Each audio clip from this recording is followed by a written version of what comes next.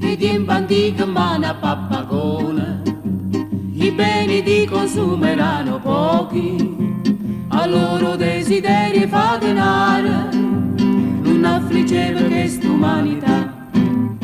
Si campava con poco e con niente, si viveva felice e contenta, senza questo, senza quello, si pensava con meglio o meglio fosse solo la buona salute, e perciò tu ci avevi a pensare.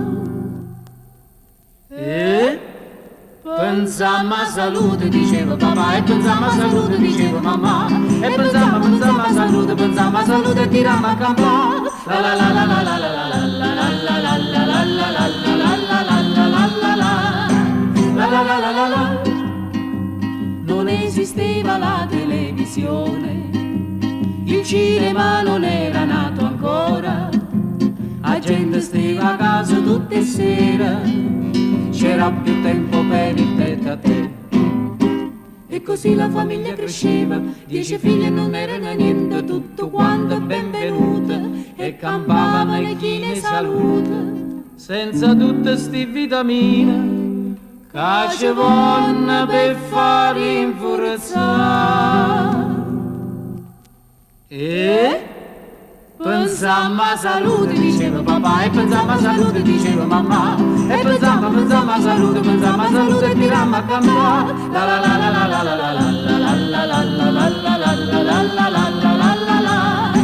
la la la la la. Adesso con le sofisticazioni tu mangi un po' per giorno, ti avveleni e manca l'aria che la respira, non è più buona per te fa campare.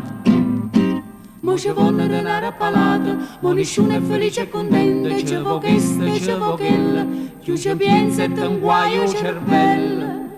Mentre il fegato stiente funziona, a salute una volta tu sta.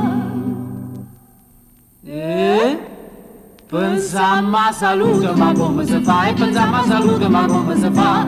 E pensammo a salute e tirammo a campare. La la la la la la la la la la la la la la.